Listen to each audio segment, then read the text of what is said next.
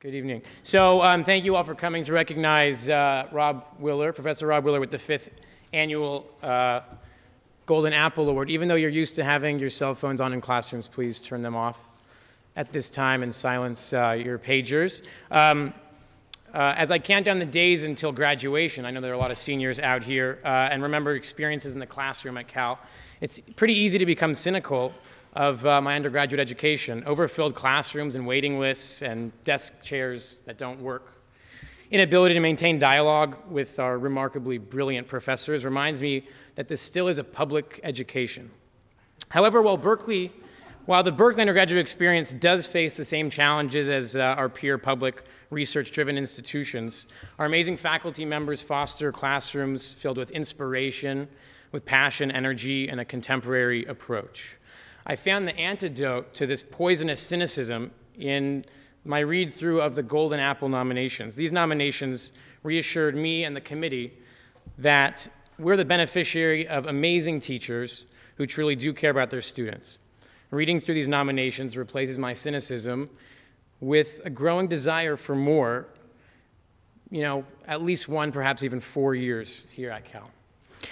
This year, the students chose Professor Robb Willer, a man who exemplifies all the characteristics of the Golden Apple. How could such a new, young faculty member get the award? How could somebody with such little experience teach as if he'd been doing it for a lifetime? Spend an hour and a half in this classroom, which I know many of you do on a Tuesday or a Thursday morning, and you know exactly why we're here this evening to recognize Professor Willer. And then on another note, the Golden Apple Initiative was created this year because we decided that the Golden Apple should last more than just an evening. It should be a conversation that takes place over a year or more. So this isn't to give the honoree more work than, and not just recognize them. It's really to take the lessons that they can provide this evening, just a spark, and have a student committee work on it next year with that professor and bring alive some sort of passion from those conversations to make some change on this campus. So we may just be introduced to something this year, and we're excited that Professor Willer is going to be helping us with the first Golden Apple Initiative. We've prepared a short documentary about the award and how we came to choose Professor Willer that we will now, I'll now show.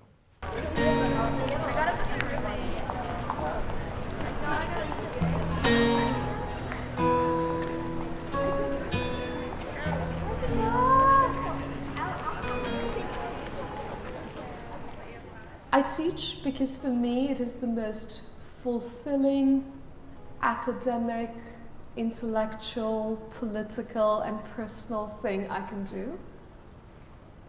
I believe I'm accountable to my students.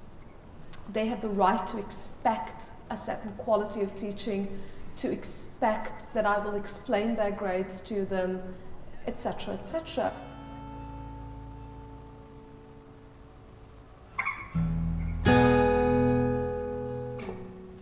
The Golden Apple Award meant a great deal, and meant a great deal because it came from the students. And for me, at the end of the day, teaching is a relationship that I craft with my students. And it's a relationship of mutual respect, I hope.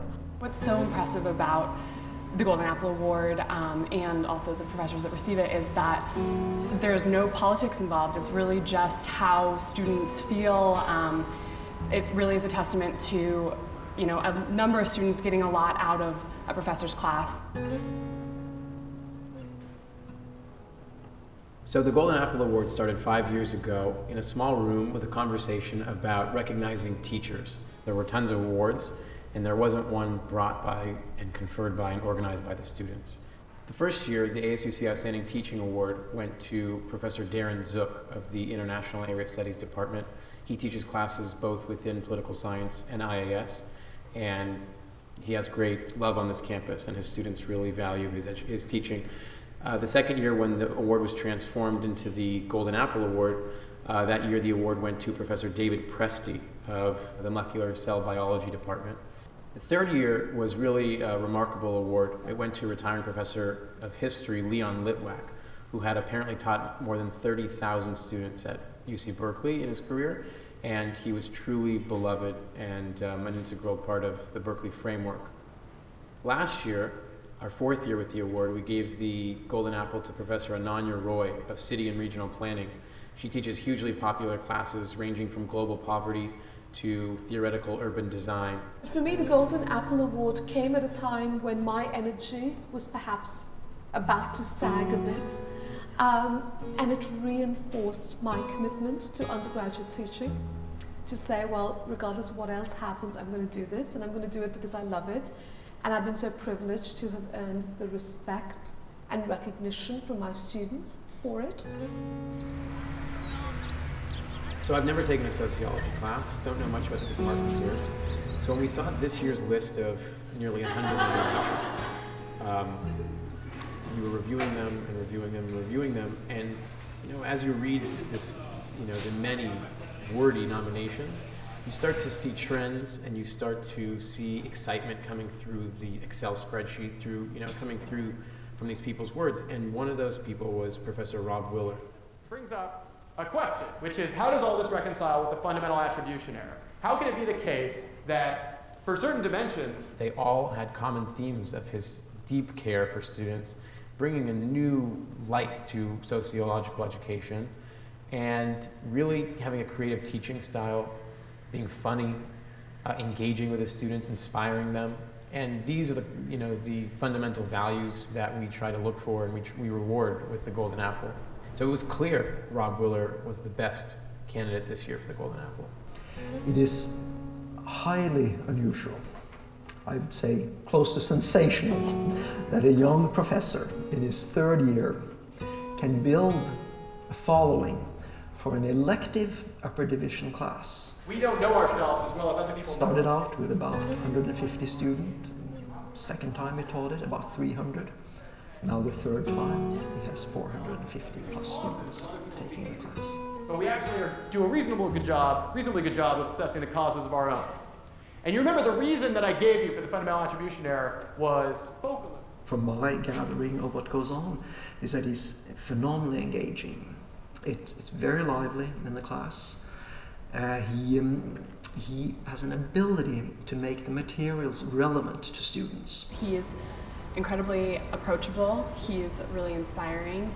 He loves what he's doing, and you can tell that. It's just palpable. He's willing to step outside of the box, but still, follows all the rules at the same time. And he's just very open and honest with his grad students, and he's also really good about getting the undergrads interested and excited. There wasn't anything that was flowery or something that was a clear attempt to write something that was perfect, that wanted to be printed. It was very simple. It came from the heart and said, I think he did a great job, or that he's very dynamic and he creates a great impression, or I just love going to his classes.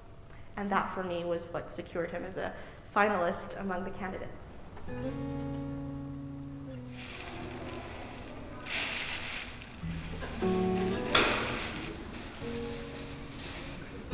It's pretty good. I mean, we're about to go in. This is so exciting. No idea. We're about to go in. He has no idea we're coming. And he just thinks he's a finalist, but for all he knows, there could be 10 finalists. So this is pretty exciting. My heart is going. Is your heart going? Hold. We have the lights cued. I think you can go up and we will. I told the guy in the booth. Maybe I should give him a little shout out. He'll know. Okay. It's a very good show. What's his name again? Who are we giving the thing to again? Okay. There are apples here. Okay. Should I take a bite? Female participants did score worse on this working memory capacity test when it was presented as a quantitative test that women are bad at. But normally, women actually did a little bit better than men on this test because they're really smart. Okay, so, oh no, what's happened? Oh, maybe. Yes, I am.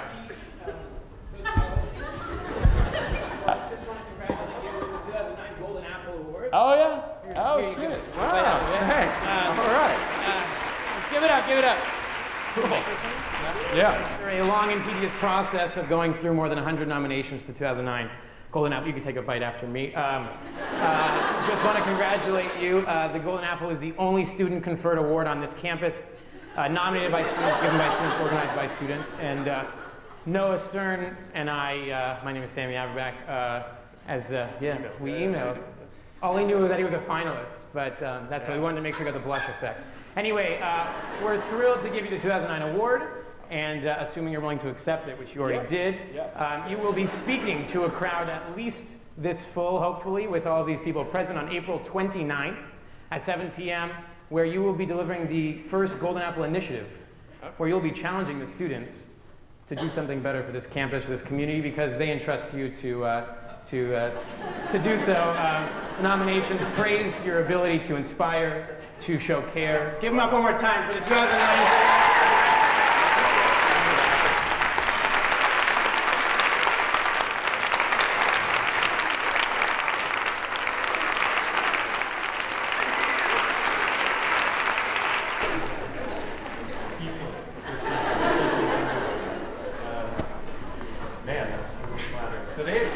I completely lost my composure. I got very embarrassed. I guess I construct a bubble around myself when I'm teaching, and it was burst all of a sudden, and I realized that 500 people were looking at me. And, so I was very self-conscious, and definitely took me a while to get reset with giving the lecture for the day. Wow. Whew. Okay. I'm speechless for the first time in my teaching career. Man, that's totally flattering. What's driven me to this award is how unique it is that students have the opportunity to reward somebody who's given them so much and really get down to the bare bones of why we're here as UC Berkeley students, as undergraduates. The quality of the education is paramount. Less than we have, and maybe they even see us better. This award recognizes the teachers who make this campus great. It encourages teachers to prioritize undergraduate experience, to make connections with their students, and to really try their best in the classroom.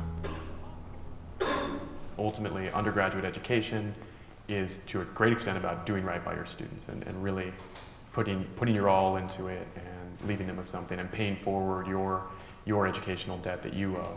And so to have the students recognize that is tremendously flattering and humbling.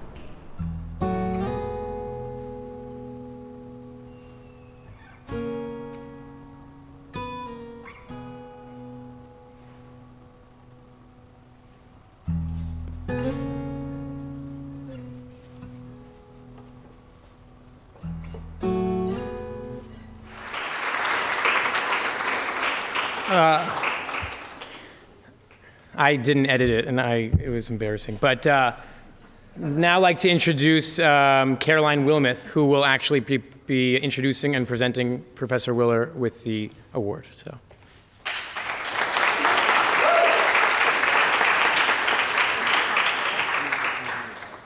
That's fine.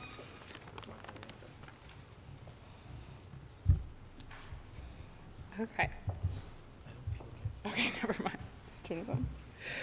All right, good evening, everybody. Like Sammy said, my name is Caroline Wilmoth, and I'm a fifth-year undergrad. I've taken a few of Rob's classes, as well as worked in his lab for a while, and I have to say that over the past few years, he's had really an immeasurable impact on my life, and so I couldn't be happier to be up here and presenting him with this award.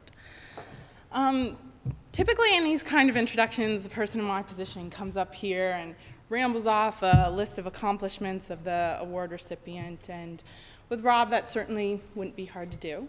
But when you think about it, it wouldn't really be that tough to do that about any professor at Cal.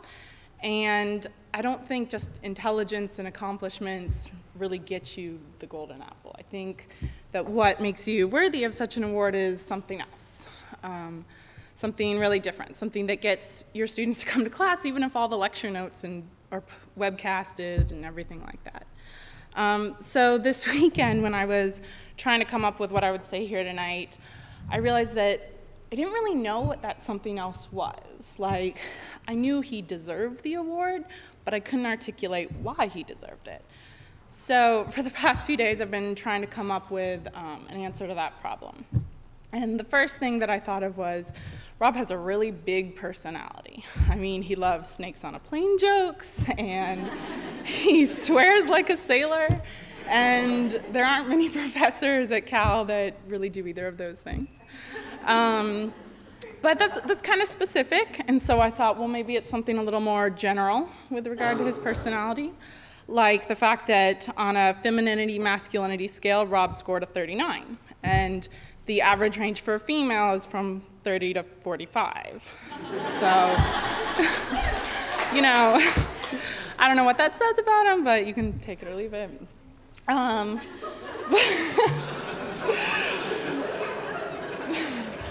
In all fairness to Robb, that skill's from the 70s and has since been deemed invalid, but, you know.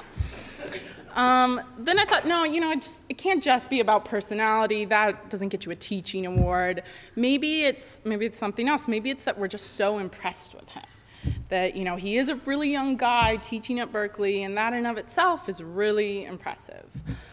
Personally, I am constantly amazed at his ability to remember the author and year of publication for seemingly every research article he's ever read. But then I got a little nervous because I was thinking, well, you know, I'm just one person. What do the rest of his students think? And so I thought, just to be safe, I would do a little research. And I went on to ratemyprofessor.com. And I found out that his teaching has garnered him a 4.7 out of 5 overall approval rating. And, you know, it really doesn't matter, but he does boast an impressive 18 chili peppers.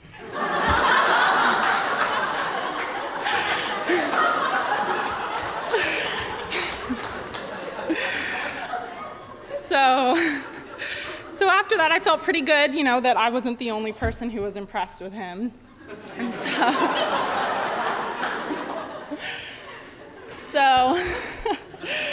I was going back and forth, you know, is it personality? Is it this impressive factor? You know, what's going on here? And ultimately, I realized that what makes Robb so special as a professor and so deserving of this award in particular is that when you're a student, you get the feeling that he's right there with you, that he's putting just as much energy into his classes as you're putting into them, and that when he looks at you, he sees a person, not just an 8-digit number.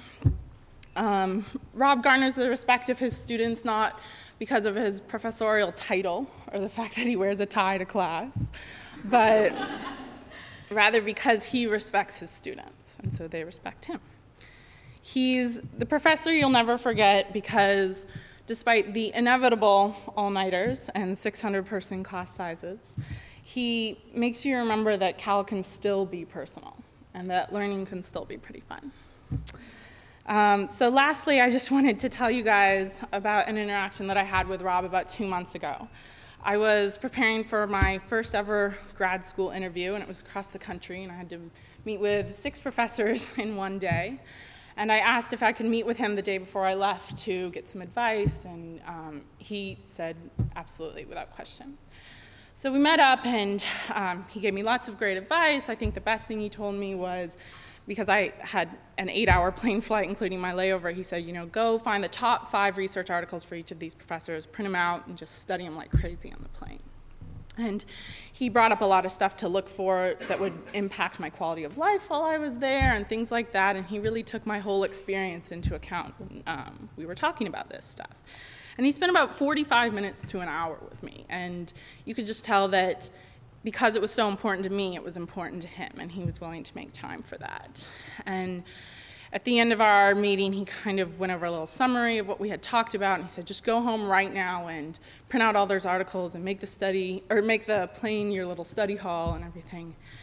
And then there was this moment where we were both kind of silent. And it was like the enormity of what I was going to do and what this interview could mean for my future was really setting in for me.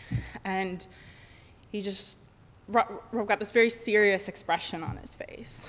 And he looked at me and he said, Caroline, I just hope there aren't any snakes on that motherfucking plane.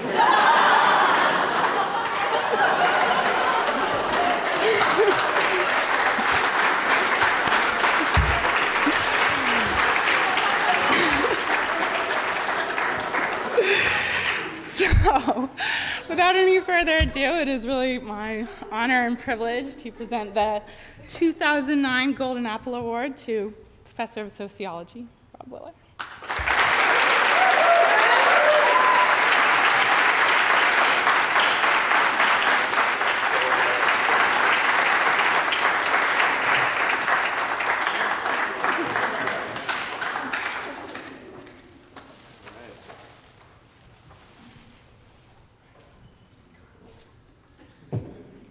I saw where you were going with that, and I was wondering if you were going to deliver the punchline. I do remember saying that.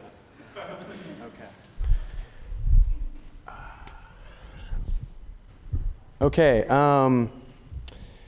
All right. Well, thanks so much for this award. It's tremendously flattering and surprising. As you can see from the video, the way that they delivered the award totally caught me off guard. Totally amazing, and I think it was an ingenious way to give the award. Sammy and his crew are clearly ingenious lay social psychologists. They understand that if you surprise people with these things, then it'll resonate even more, and they'll be even more pleased about it. And indeed, I was incredibly pleased and have spent the last 2 weeks, probably the 2 weeks I've been most embarrassed in my entire life. But it's been absolutely terrific. So thanks a lot to the people associated with the Golden Apple Award, Noah, Sammy, and everybody else, everybody I haven't met yet. I think it's a terrific award, and I love everything that it stands for. I like that our undergraduates are seizing control of how we're going to give merit to teachers at this university, and I think it's very much in keeping with the Berkeley undergraduate tradition, one that I'm very invested in. So I'm very proud of you for doing this, not just because you gave me the award, which is wonderful. So I also want to thank all the people who've helped me teach my classes since I arrived here. Most especially, I want to thank Patricia Monroe and Nora Broege. Patricia couldn't be here today, but Nora's here. And Nora, thanks a lot for everything you've done. Patricia and Nora served as the head readers for the class. I get sort of a fun position in the class. I get to be a nice guy and give these lectures and try and get excited and communicate my excitement about sociology and social psychology to people. They get the tough task of going through the minutiae, talking with students who are concerned about their grades and so on. There's no way I could stand up to these students. And they both did, and in your case are still doing, a terrific job. And I really admire their professionalism. And I've learned a lot about education from working with both of them. I also want to thank the various people who've worked as readers or graders on the class. There've literally been something like 24 people who've filled this capacity. This is totally thankless labor to motivate yourself at 11 p.m. at night to put down more comments for a student you will never see. And it's an unfortunate bureaucratic consequence of just us trying to teach this many people that we have readers who will never meet necessarily the students they're grading, but nonetheless they push themselves to do a good job. So some of those people include Philip Fucella, Alma Granado, Carolyn Wilmoth, who just spoke, Sandra Nakagawa, Mike Schultz, Kristen Ring, Alex O'Connor, all of them really. There's too many to list, but they've all done a terrific job, and it's thankless work. I want to thank, this is starting to sound like an Academy Awards thing. I feel a lot like Sally Field all of a sudden, which I've often felt, but more now than before. I want to thank my colleagues Tron Peterson and Neil Fligstein and Kim Voss, who've I don't know what was funny about this.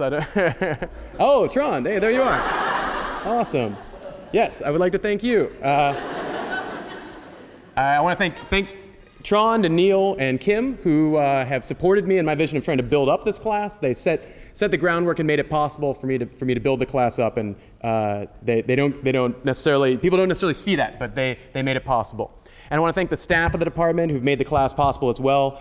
People like Judy Turley, Mia Houtermans, Christy Bedola, Allison Hall, Shaniqua Butcher, Bill Gentry, Souther. Their work is completely invisible. They get no glory, very, very limited credit. It's not completely invisible. Some of us note it and really care about it and value it, but they labor behind the scenes and get little glory for doing incredibly tough work and doing it extraordinarily well. And again, there's other people that have contributed, too countless to name. But the most important ingredient in every class I've ever taught and in every class that I'll ever teach are, of course, the students. And thanks are due to them for showing up, for working hard, for being enthusiastic about the material that I teach. Their enthusiasm makes me work hard on the class, and I want to thank them for teaching me and encouraging me to improve the class and to learn more in order to teach them as well as I can. I've developed some wonderful relationships with students, some of whom are here now, many of whom have gotten back in touch with me over the last couple of weeks, who are off doing amazing jobs as Cal graduates do. They're basically running the world now, and they're in positions of great consequence, and it's been great to hear from them again.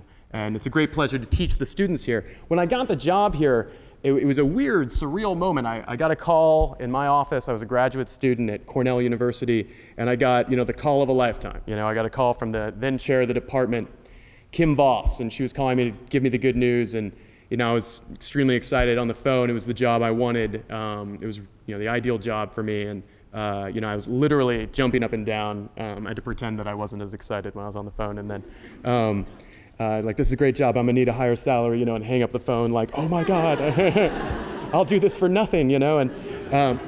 But when I got the job, as excited as I was about all these aspects of the job, I think I underestimated how much I would love the undergraduate teaching. And I really love the students that we get to teach here at Berkeley. We get a true cross-section of Californians and Americans, real people from different backgrounds, and many of them are faculty brats, and then others are first students to go to college from their family. And we get to teach them all the same and participate in this equal opportunity mission, which we do our best to realize here in this little bubble in the middle of America, where we try to make equal opportunity happen. And I didn't ever think that I'd be able to participate in social mobility in this way, and so it's a lot of fun. So it's appropriate that I've started off here thanking people, because my talk today, which I'll try to keep brief, because that film was way more interesting than this talk will be, but my talk today is going to be about the need to pay gratitude and to understand higher education in terms of gratitude, and that's going to be the central theme about what I'll talk about today. And in this talk, I'd like to make three interlocking arguments, or a few interlocking arguments. First, that altruism is contagious. Second, that it is contagious because of our feelings of gratitude for those who have helped us, and that those feelings tend to spill over and lead us to behave well towards new people that we interact with in turn. And third, I'll try to convince you that chains of altruism undergird university education, giving all of our work here an intergenerational significance, and even, you might say, an immortality that helps make our existence and our activities here meaningful and important. But in order to make these very big arguments, I'm going to start with a very small story, and that story is my own educational experience. And my experience is, I think, maybe different from what I assume the typical story is of how you get here. And I don't mean that in a self-indulgent way or to flaunt some sort of distinctiveness I imagine I have. My guess is that most people's story of how they get to a job like this is distinctive, and we imagine that they all have the same path. But I think mine might be like that. Mine might be an unusual story, too. So the thing that's distinctive about my educational story, and probably none of my more recent students know about this, is that when I first went to college, when I was first in the position that my undergraduate students are in, taking classes at the University of Iowa, I dropped out the second semester of my first year, my freshman year in college. And I dropped out for a variety of reasons. I'd been sort of a screw-up in high school. I never really committed myself to my class performance, and coming out of high school, I'd only applied to 2 colleges, and I went to the one that took me, the only one that I got into, which was the University of Iowa, which is a great institution despite the fact that they did accept me. And I was an avid learner. I was into knowledge, I was into education, but really on my own terms, and I had kind of an attitude about it. I read books a lot, I was enthusiastic about learning. I participated in all those incredibly nerdy extracurricular activities. I was a mathlete and academic decathlon and all these. I'm not going to list these things. You can guess what they are, but there's an absurdly long list. And I was passionate about that stuff. I was interested in knowledge. I was interested in learning, intellectualism, and all this stuff. But more than anything, I didn't commit myself to academic success in high school or in college. And more than anything, I think that I took the opportunity of a college education for granted. My dad was a professor, and my mom was a university administrator. They still are. And I'd been around, smart folks or educated folks, books, big ideas, my whole life. And I'd had a steady supply of that. And so I wasn't hungry for it. This wasn't my big break to get that for the first time. I was spoiled, and I took it for granted. And as you know, college is hard, and that'll catch up with you. So, actually, one funny story about my experience dropping out of college. I was in the same entering class in college as Ashton Kutcher.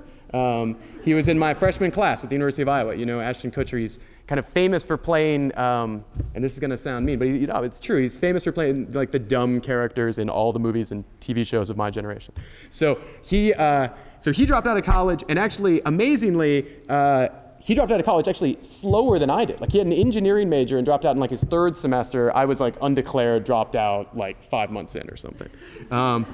And he dropped out for like a better, like he wanted to be like an underwear model or something like that. And I assure you that this was not my reason. So I just dropped out because I was lazy and didn't appreciate what I had. He left to be in, you know, magazines and stuff like that. And by the way, I don't mean to be mean to Ashton Kutcher. I have a feeling he's a little bit smarter than he's letting on. So after dropping out, I went to a bunch of places, worked a bunch of jobs. I lived in Kansas, South Carolina. I worked a ton of different jobs, a lot of them blue collar, minimum wage jobs, stuff like I was a house painter, a construction worker, pizza delivery driver, the ubiquitous pizza delivery driver job, landscaper, mover, dishwasher. I hope you're getting all this down because I'm not. Prep cook, line cook, a bunch of different stuff, lots of jobs. I didn't stay long in any one of them because they were pretty boring. They didn't pay well, and they all pretty much paid the same wage. So you could just, if one of them got boring, you just drop that job and go get a new one. And I was blessed to be able to get any bad job that I wanted. And I worked sometimes a bunch of these jobs at one time, leading to strange combinations, like where I was a mover and a coffee guy and a pizza delivery man at the same time, which I don't advise. Don't mix these things. But I needed to, because I couldn't get enough hours, you know, and this is a working class issue, underemployment. You can't get enough hours to pay for your rent and stuff. But, you know, if you get behind in your sleep, you start trying to make Italian sausage lattes, and it gets weird. It gets weird. It gets real weird. And one story that I remember from this experience was about a month after I dropped out, I showed up at this construction job that I was working. And I want to preface this by noting that I was very likely the worst construction worker in this country. For like the 2 months that I did this job. I had no skills whatsoever, none. And I single-handedly denigrated the integrity of what is a high-skill profession. You know, I single-handedly was lowering the status of construction workers across this country, and that wasn't fair to them. So they put me to work this one day on something that I could handle. They were always sort of like, man, what could we give Rob to do? Well, we could have him pick up our lunch, you know, we could, you know, there's very few things he's qualified to do. So they had me do something where I was supposed to level some land where there'd been a dog pen for about 10 years because we were going to lay the foundation for this garage that was going to get put up. And so there I found myself, and I was shoveling, you know what, at like 7 in the morning, about 1 month after I was unwilling to wake up at like 10 in the morning to go to astronomy class and learn something like interesting about the stars and the heavens and all this, you know? And it occurred to me that this is why people go to college if they can, right? If they have this opportunity to go to college, this is the epitome of what you would go to college to not do. And it also occurred to me college is a lot easier than this, you know? Like I was like, wow, college is so hard, I'm so unmotivated here. And college is way easier than what I found myself doing, and it was a better way for me. It was a better way for me going forward. And indeed, if people were logical, rational human beings, and my class is mostly about how they're not, but if people were that way, that would have been it. I would have learned my lesson, gone back to college, and but I wasn't nearly that smart. I wasn't nearly smart enough to do that. I was starting to get it, but I didn't get it yet.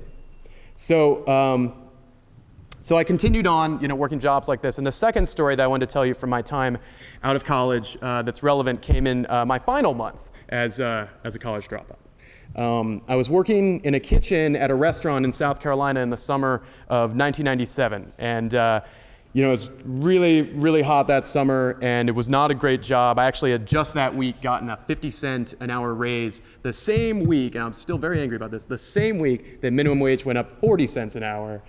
So I got a 10-cent an hour raise, which should be illegal. And I mean, it should be like, so I remember going to my boss and being like, you realize the minimum wage went up 40 cents an hour this week, you know? And he's like, I know, and we wanted to top that off because we have so much respect for the work you've been doing here for the last 6 months, you know? And I was like, man, thank you. So anyway, it'd been a year and a half, and I was finally headed back to school. I had reapplied for admission at Iowa, and I was set to go back in about a month, but I was starting to have second thoughts. You know, I still really hadn't gotten it. You know, I hadn't really gotten the message that I should go back to college if I can, right? So I hadn't gotten the message yet, and I was having these second thoughts. And my coworker at the time, this guy Darren, was somebody that I really looked up to. He was sort of a lifer in this place, and he was really, really good at his job. He was a really good cook, and I was okay. This job I wasn't so terrible at. I was okay, and I really looked up to Darren. He was also in this punk rock band. He was just really cool. he'd been there for like 10 years, and I thought maybe he'd be there for 10 more, and he and I were cutting vegetables in this unspeakable July heat in this kitchen. And he asked me, you know, if I was going back to college and if I was going to put in my notice soon. You know, he's like, you're headed back, I heard. Are you gonna put in your notice so we can get somebody new in here? And I said to him, yeah, I try to play it cool, because I was having second thoughts, and I was like, well, you know, I'm not really sure. I might just stay here with you guys and just hang out here. You know, do what we've been doing. You know, just hang out. I mean, I don't really need, you know, I don't need to go to college. I don't have anything to prove. And I see now that I was trying to gain, you know, acceptance with this guy, Darren, that I really looked up to. And one of the things I think that I wanted when I spent this time working jobs like this, that I never really got, but I think I wanted, was to be accepted, you know, as authentic and real and, you know, as working class or something like that. And he was totally shocked by this. He had no idea why I would say something like that. He put his knife down and he turned to me and he was like, if any of us, and he was kind of referring to the people who'd been there for a while, he was like, if any of us here find out that you didn't go back to college, you better not show up here again, because we're gonna kick your ass. You'd better go back to college, you know. And to me, this was for me like an unbelievably touching moment, you know. Probably one of the most touching moments in my life, because what Darren was saying was, look, you know, we're not here working these jobs because we want to. You know, we don't not go to college because we look down on college or denigrate it or not get it. If we could go to college like you can, if we had that opportunity, we'd do it. And it's actually insulting for you to not take advantage of this opportunity. You're pretending to be like us, but you don't get it, and you can't get it unless you're really here. And like here isn't stuck here without the option. You can't turn down the option to go to college in order to be authentically with us. It just doesn't work like that. And if you can go to college and you can make a better life for yourself, then you got to do it. You're just too spoiled to see it, and you're being ungrateful. He didn't say it that way, but that's what I heard.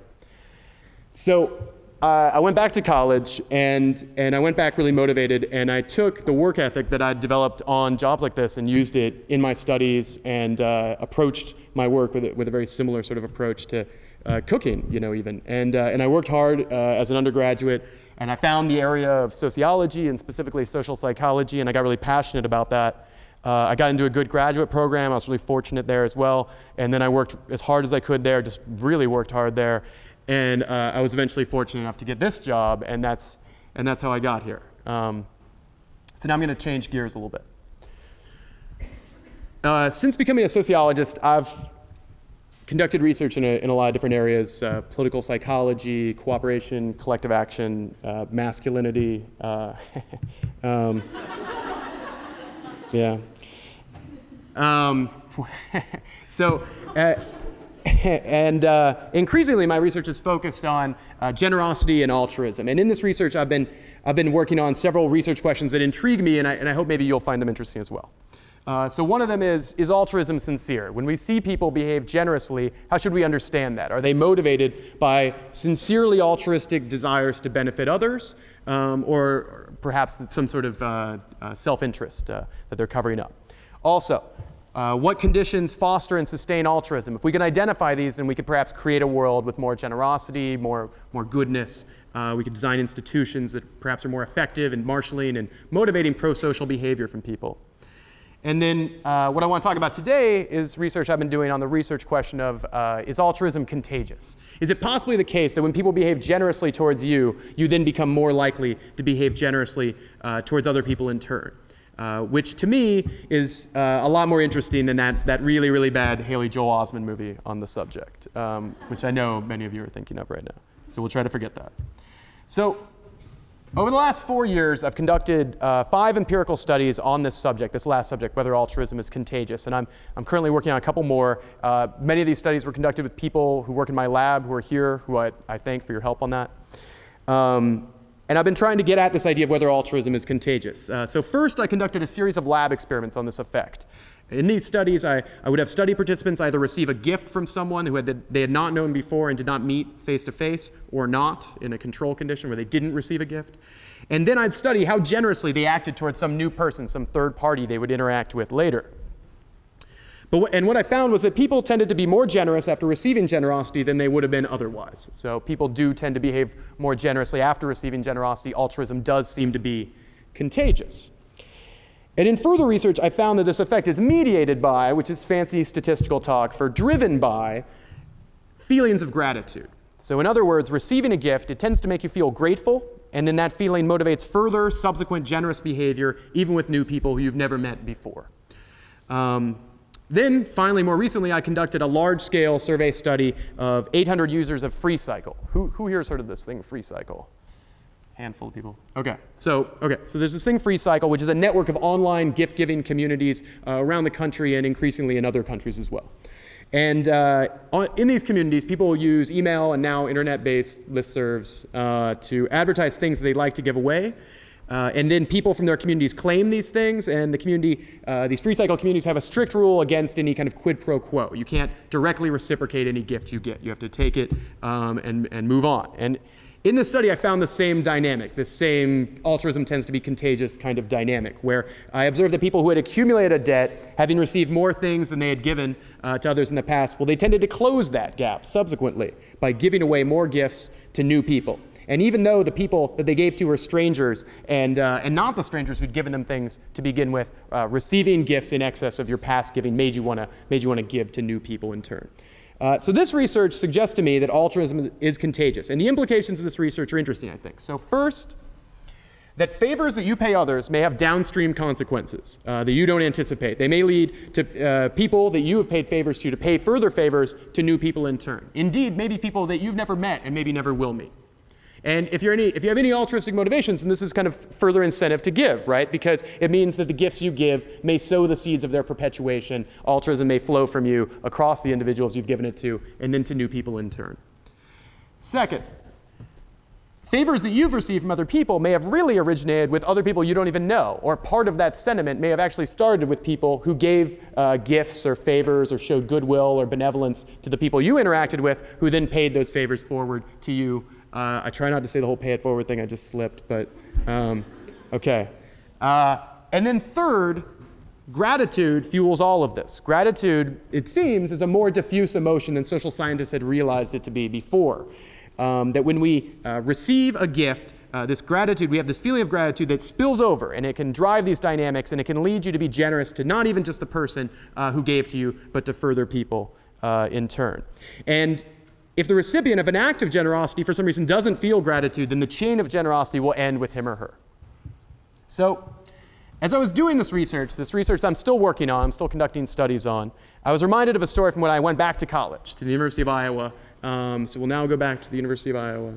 And I had gone back to finish my degree, and at Iowa I was tremendously fortunate to have several professors who really invested time in me and took me seriously as a student and tried to teach me how to do research, and I was just tremendously lucky. And several of them stick out in my memory: Sarah Levine, Will Kalkoff, but the three that stuck out the most were Barry Markovsky, Lisa Troyer, and Michael Lavallia. And really, in particular, Michael Lavallia took me under his wing, conducted research with me, and taught me in several classes, and generally helped me try to find my way as a up-and-coming or young social psychologist.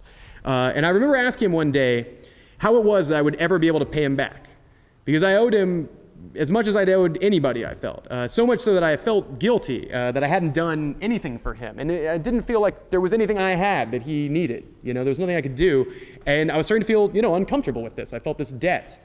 I'd give him a gift, at Christmas or whatever, and I was nice to his family. And I thanked him a lot. But he gets this a lot, right? And I asked him, what can I do? And he told me, no, that's not how it works. You haven't gotten it yet. The way that you pay me back is by teaching your own students one day, and however well these experiences have gone for you, you have to try to create that for your own students, and that's how this works. That you participate in the system of education. You don't pay directly back to the people who've benefited you. And I've tried to follow his directions as well as I could. And in a sense, this was the same lesson that my friend Darren was trying to teach me in that 110-degree kitchen in South Carolina, where we were cutting vegetables for $5.25 an hour. He was telling me the opposite side of the same lesson, that life, education, my parents were extending to me a great opportunity. A great act of generosity had fallen at my feet, and that I needed to take that opportunity, and that I was being ungrateful for not seeing that. It's the same side of the different side of the same coin. And so now I see this lesson everywhere. You know, I saw it in the office of my professor in the middle of Iowa, Michael Lavalle's office, in the lab experiments I've conducted with undergraduate students at Cornell and then here at Berkeley. I've seen it in this 800-person study that I did of free cycle communities in the US. And yes, even in that boiling kitchen in South Carolina in the summer of 1997, I see that we're connected by these chains of altruism, connected to people that we don't know, and people maybe that are even gone from this world now. That these chains, this web, that it's fueled by gratitude. And that if you don't have that gratitude that, for what you've received, then the chain might end with you. And what a terrible thing that would be. So back now to academic mentorship. So if it's the case that altruism is contagious, then that means that the favors that we receive may have originated with other people, right? And we owe them a debt as well for starting these chains that we benefit from. So here are my primary academic mentors from my career, the professors who've influenced me the most, that invested the most in me. So one of them is Michael Lavalle, the guy I was telling you about from the University of Iowa, whose work I still assign in my undergraduate social psychology class. And this is Michael Macy, who was my advisor while I was getting my PhD at Cornell. This is actually my dad, David Willer, who obviously, you know, was my dad and contributed to me in a lot of ways. But among other things, is a sociologist and taught me a lot about sociology. And then this is Claude Fisher, who's one of my colleagues and has emerged as a mentor to me since I've come here to Berkeley, and I owe him a lot. But the debt of gratitude that I owe them and the gifts that I've received from them, I mean, it didn't start with them, right? It started with their mentors as well. And these are people, I don't even know all these people. I know Joe Berger, and I realize that I owe him something. And I knew Bob Bain, who passed away a few years ago, and I certainly owed him something. He was sort of like a grandfather character to me. I never knew Oa Sorensen, who I think was also a mentor to Tron Peterson, chair of our department. And then I didn't know Hal Kelly. I would have loved to. But they had mentors, right? And then their mentors had mentors, and so on. I mean, at the ends of these chains are people like Talcott Parsons, whose work I don't even particularly relate to. That was ungrateful, but but I realized that I do owe him a debt, you know. And George Zimmel actually would love this, I think, because he studied social networks and kind of started the area. So in turn, you know, I'm teaching my students, right? And my students are being taught in a way by all these people they don't know about. Maybe they do now, but they didn't know about them. And I think that this principle that we're connected to other people through these chains of goodwill and education, that it isn't just confined to the educational sphere. If you think about it, the way our entire society functions and the way we pass on life lessons, knowledge, technology, innovations, parenting, love, and wisdom from one generation to another, we pass this stuff on. And this tendency to do so gives us practically everything we have, right? I mean, if we didn't do it, then we'd have to start from scratch every generation. You know, if somehow we lived in a world that didn't have overlapping generations, we could pass on these lessons and this goodwill, then we'd have to start from scratch. And it would severely limit our reach, both socially and personally. And we'd be stuck, of course, in that frequently invoked Hobbesian state of nature where our existence would be nasty, brutish, and et cetera, et cetera, et cetera. So I would encourage you to participate in this network. Build below you. You know, you're never too young to teach and pass on lessons, to give wisdom, to be a leader and a person of positive influence with people around you. For undergraduates that are here today, you know, somewhere in urban Oakland there's a kid who could learn from you, or there's a freshman here at Berkeley who could use some sort of mentor, or there's some sort of tutoring or writing lab that you could do work at. And this will be the backbone of my service call, my Golden Apple Initiative. I'll work with any undergraduates who are interested in trying to figure out how we can build feelings of gratitude in the undergraduate community and foster contagious altruism and the passing on of generosity and education. And I think that this is more important now in a time of budget cuts than it's been at any other time. Now we'd be tempted to focus on what we don't have, what we ought to have, how the economy's done us wrong, how people have made bad decisions or were greedy. And certainly much of that's true. And I'm also not going to say to you that our students shouldn't protest what's wrong, that they shouldn't ask for a good deal in return for their ample tuition dollars. Far from it. I agree wholeheartedly with all that. But at the same time, I think we need to remember that even with these cutbacks, you know, we're all still here. It's still a university. It's still professors teaching students. And they're passing on lessons and inventing new ones through their research. And this is a time when our ability to feel gratitude is being challenged. Circumstances are making it hard for us. It's hard to sustain these feelings that keep this thing going, but we're still in this timeless system. And we're going to make it through if we can remember that and be grateful for all that we have, because we're a part of something big and important. So now more than ever, I think we should ask ourselves, what does our network look like? What does your network look like? Who are these mentors that have taught you things, and who are the people that taught them that you're connected to that you maybe didn't realize? Parents and teachers. Who do you owe a debt to, and how are you going to repay it? Remembering always that for most of these favors, especially these intergenerational ones, you don't repay it directly. And when we learn this lesson, that what we have and who we are is a product of the social influences that we've received, the knowledge that's been passed on to us, the gifts and favors that have been extended to us, when we realize we're part of a larger system of chains of altruism that connect people, fueled by feelings of gratitude, when we really learn this, it involves a fundamental paradigm shift, a change of thinking wherein we think not of ourselves as separated individuals. We don't think about our successes and failures, but instead view ourselves as the communities that we belong to, amalgams of the people who've influenced us and helped us, eschewing the view of ourselves as atomized individuals for instead a view of ourselves in social terms. Because in a very real way, we're all of us miniature societies made up of collected social influences that have made us what we are. Inside all of us, our grandparents are clamoring for a voice, and our kindergarten teachers are showing us how to tie our shoes, and our mothers are showing us how to treat our wounds. Engineers are showing us how to cross the bay. 8th grade teachers showing us how to construct an argument. Geographers showing us how to see the world, and our friends teaching us how to feel and love. And in this way, our thought and our speech, it's not a monologue, but instead a chorus. And I mean all this in purely scientific terms, not even spiritual ones, though you can believe in it that way as well if you like. Social scientific research shows that we are social beings and that our knowledge is accumulated across generations, and we do pass it on. These insights are true and fundamental, and we are a collection of social influences from people that we know and people that we don't know, that we'll never know. People who taught us, people who taught them, and people who taught them trailing off into the anonymity of the ages. And though the people that we owe become invisible to us as generations separate us from them, they live on through us. And in this way, our fathers never die, and our grandparents, they never really die either. For their lives were social ones as much as they were biological, and their influence lives on in us. Every day we keep them alive as we make choices, as we learn, teach, and help others. And every day we benefit from their ideas, their mistakes, their lessons, and their care.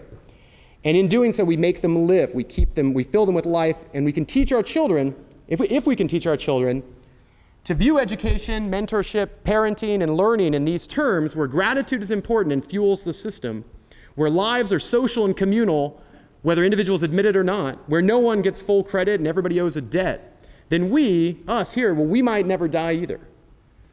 But this is not a crass or a selfish sort of immortality that I'm talking about, but instead a humble one that we should want. So we're all in this system, and we need not be conscious of it. In general, altruism and education are going to be contagious whether you realize it or not. But awareness of this system is why I participate in it so enthusiastically. And that's why I love to be an educator here at this university, because participating in this web of lessons and mentoring so diffuse that we can't see the whole thing, and we never can, it connects you to something bigger and, dare I say, better than ourselves. So thank you.